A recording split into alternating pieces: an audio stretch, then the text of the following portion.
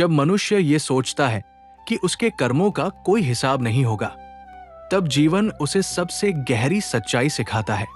श्री कृष्ण कहते हैं, भाग्य कोई अचानक घटने वाली घटना नहीं है, ये तुम्हारे ही कर्मों का धीरे धीरे बना हुआ परिणाम है। भाग्य कभी अचानक नहीं बदलता, वो चुपचाप तुम्हारे हर कर्म को देखता रहता है। तुम जो भी सोचते हो, जो भी करते हो, जो भी दूसरों के साथ व्यवहार करते हो, सब कुछ तुम्हारे भाग्य की किताब में लिखा जाता रहता है। और जब समय आता है तो वही लिखा हुआ तुम्हारे सामने सच बनकर खड़ा हो जाता है। कभी कभी इंसान सोचता है कि उसने किसी के साथ गलत किया और उसे कोई सजा नहीं मिली, लेकिन सच्चाई ये है कि भाग्य तुरंत जवाब नहीं देता, वो सही समय का इंतजार करता है। जैसे बीज बोने के बाद फल आने में समय लगता है, वैसे ही कर्मों का फल भी अपने समय पर ही मिलता है। भगवत गीता में भी यही संदेश दिया गया है, कर्म करो, फल की चिंता मत करो, क्योंकि फल तो निश्चित है, लेकिन उसका समय तुम्हारे हाथ में नहीं है। जब इंसान अपने जीवन में अहंकार, छल और दूसरों का बुरा करता है, तो वो अपने ही भाग्य में दुख और संघर्ष लिख रहा होता है। और जब वो प्रेम, सत्य और मेहनत का रास्ता चुनता है, तो उसका भाग्य भी उजाला बन जाता है। भाग्य हिसाब लेने आता है, कभी किसी रिश्ते के टूटने के रूप में, कभी अचानक आई परेशानी के रूप में, कभी ऐसे दर्द के रूप में जिसे समझ पाना मुश्किल होता है। लेकिन ये सजा नहीं होती, ये एक सीख होती है।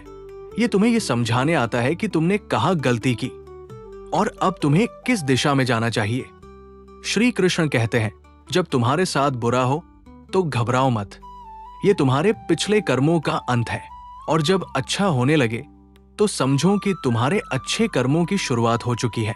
इसलिए जीवन में कभी भी किसी के साथ गलत मत करो, क्योंकि भाग्य का हिसाब बहुत सटीक होता है। वो न कुछ भूलता है, न कुछ छोड़ता है। जो व्यक्ति धैर्य रखता है, सच्चाई के रास्ते पर चलता है और अपने कर्मों को शुद्ध रखता है, उसका भाग्य भी एक दिन उसी के पक्ष में खड़ा हो जाता है। और अंत में बस इतना याद रखो, भाग्य तुम्हारा दुश्मन नहीं है, वो तुम्हारा शिक्षक है, जो तुम्हें हर बार सही रास्ता दिखाने आता है। और सुनो, जब जीवन तुम्हें बार बार एक ही तरह की कठिनाइयों में डालता है, तो समझ लेना कि भाग्य तुम्हें कोई गहरा संदेश देना चाहता है। ये सिर्फ सजा नहीं होती, ये सुधार का अवसर होता है। श्री कृष्ण कहते हैं, जिस गलती को तुम समझ लेते हो, वही तुम्हें अगली बार उसी दर्द से बचा लेती है। कई बार इंसान रोता है और पूछता है, मेरे साथ ही ऐसा क्यों? लेकिन वो ये नहीं देखता कि उसने अपने जीवन में कितनी बार दूसरों के दर्द को अनदेखा किया था। भाग्य वही लौटाता है जो तुमने कभी किसी और को महसूस करवाया था। भाग्य का हिसाब लेने का एक तरीका और भी होता है, वो तुम्हें वही चोट देता है जहां तुम सबसे ज्यादा जुड़े होते हो। कभी किसी अपने के दूर जाने से, कभी विश्वास टूटने से, कभी मेहनत के बावजूद असफलता मिलने से। ये सब यूं ही नहीं होता, ये तुम्हारे अंदर छुपे अहंकार को तोड़ने, तुम्हें विनम्र बनाने और तुम्हें असली रास्ता दिखाने के लिए होता है। भगवत गीता का एक गहरा संदेश है, परिवर्तन ही जीवन का नियम है। इसलिए जब भाग्य तुम्हारा हिसाब ले तो उससे लड़ो मत, उसे समझो, क्योंकि जब तुम समझने लगते हो तब भाग्य भी बदलने लगता है। याद रखो, भाग्य कभी भी तुम्हें बिना कारण नहीं परखता। वो पहले तुम्हें संकेत देता है, फिर हल्की ठोकर देता है, और अगर तब भी तुम नहीं समझते तो फिर वो तुम्हें ऐसी परिस्थिति में डाल देता है जहां से तुम्हें सीखना ही पड़ता है। श्री कृष्ण कहते हैं, जिस दिन तुम अपने कर्मों की जिम्मेदारी लेना शुरू कर दोगे, उसी दिन से तुम्हारा भाग्य तुम्हारा साथ देना शुरू कर देगा। इसलिए दूसरों को दोष देना छोड़ दो, समय को कोसना छोड़ दो और अपने कर्मों को सुधारना शुरू करो। क्योंकि जब इंसान बदलता है तो उसकी सोच बदलती है, जब सोच बदलती है तो उसके निर्णय बदलते हैं, और जब निर्णय बदलते हैं तो उसका पूरा भाग्य बदल जाता है।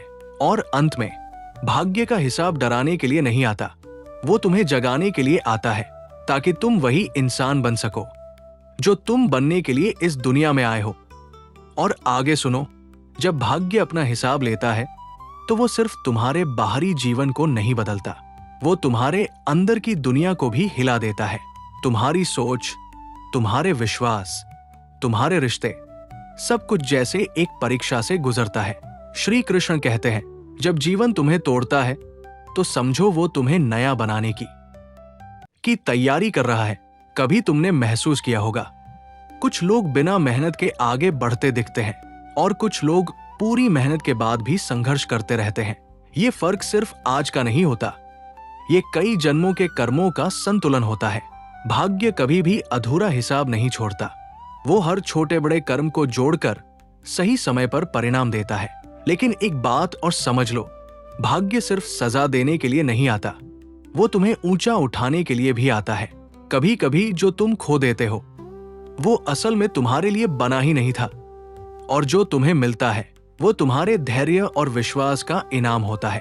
भगवत गीता का एक गहरा संकेत है, जो तुम्हारे पास है उसे स्वीकार करो, और जो चला गया उसे जाने दो, क्योंकि पकड़ कर रखने से दर्द बढ़ता है और छोड़ देने से रास्ते खुलते हैं। जब भाग्य तुम्हें बार बार गिराता है तो वो तुम्हें कमजोर नहीं बना रहा होता, वो तुम्हें इतना मजबूत बना रहा होता है कि अगली ऊंचाई संभाल सको। श्री कृष्ण कहते हैं, धैर्य रखो, सही समय पर तुम्हें वही मिलेगा जो तुम्हारे लिए सबसे अच्छा है। इसलिए अगर आज तुम्हारे जीवन में कठिन समय चल रहा है तो खुद को टूटने मत दो, क्योंकि यही वो समय है जब तुम्हारा भाग्य तुम्हें तराश रहा है। और याद रखना, सोना भी आग में तपकर ही कीमती बनता है, और इंसान भी कठिनाइयों से गुजर कर ही महान बनता है। एक दिन ऐसा आएगा जब तुम पीछे मुड़कर देखोगे और समझोगे कि जो कुछ भी हुआ वो तुम्हें मजबूत बनाने के लिए ही था, और तब तुम मुस्कुराकर कहोगे, धन्यवाद मेरे भाग्य, तूने मुझे गिराकर नहीं, मुझे उठाना सिखाया। और आगे सुनो, जीवन का सबसे गहरा रहस्य यही है कि भाग्य तुम्हें वही ले जाता है जहां से तुम्हारी असली यात्रा शुरू होती है। तुम सोचते हो कि सब कुछ खत्म हो गया, लेकिन वहीं से तुम्हारी नई शुरुआत लिखी जा रही होती है। श्री कृष्ण कहते हैं, जब तुम्हारे सारे रास्ते बंद हो जाएं, तो समझो मैं तुम्हारे लिए नया रास्ता बना रहा हूं। कभी कभी इंसान अपनी इच्छा के पीछे इतना अंधा हो जाता है कि वह ये भूल जाता है कि उसके लिए क्या सही है। तब भाग्य उसे रोकता है, कभी असफलता देकर, कभी किसी अपने को दूर करके, कभी ऐसी परिस्थिति बनाकर जहां उसे रुककर सोचना पड़े। ये रुकना ही असली मोड़ होता है, क्योंकि भाग्य का हिसाब सिर्फ बाहर नहीं होता, वो तुम्हारे अंदर भी चलता रहता है। तुम्हारे विचार बदलते हैं, तुम्हारी प्राथमिकताएं बदलती है, और धीरे धीरे तुम वही बनने लगते हो जो तुम्हें बनना चाहिए था। भगवत गीता हमें सिखाती है, स्वयं को जानो, यही सबसे बड़ा ज्ञान है, और भाग्य इसी ज्ञान की ओर तुम्हें धकेलता है। जब तुम्हें हर तरफ से ठोकरें मिलती है तो वो तुम्हें बाहर की दुनिया से हटाकर तुम्हारे अंदर की दुनिया से मिलवाता है। श्री कृष्ण कहते हैं, जो खुद को जीत लेता है उसका भाग्य खुद उसके सामने झुक जाता है। इसलिए दूसरों को बदलने की कोशिश मत करो, परिस्थितियों से लड़ने की जिद मत करो। पहले खुद को समझो, खुद को सुधारो, क्योंकि जब तुम अंदर से मजबूत हो जाते हो तो बाहर की कोई भी परिस्थिति तुम्हें हिला नहीं सकती। और याद रखना, भाग्य का हिसाब कभी गलत नहीं होता, बस हमारा धैर्य छोटा पड़ जाता है। एक दिन तुम्हें सब कुछ समझ आएगा, क्यों वो इंसान तुम्हारी जिंदगी से गया, क्यों वो मौका हाथ से निकल गया, क्यों तुम्हें इतना इंतजार करना पड़ा। उस दिन तुम्हें एहसास होगा कि भाग्य ने तुमसे कुछ छीना नहीं था, बल्कि तुम्हें तुम्हारे असली रास्ते तक पहुंचाया था। और तब तुम पूरे विश्वास के साथ कहोगे, अब मुझे किसी बात का डर नहीं, क्योंकि मेरा भाग्य मेरे कर्मों के साथ खड़ा। और अब अंत में बस इतना याद रखो, जीवन में जो कुछ भी हो रहा है वो यूं ही नहीं हो रहा।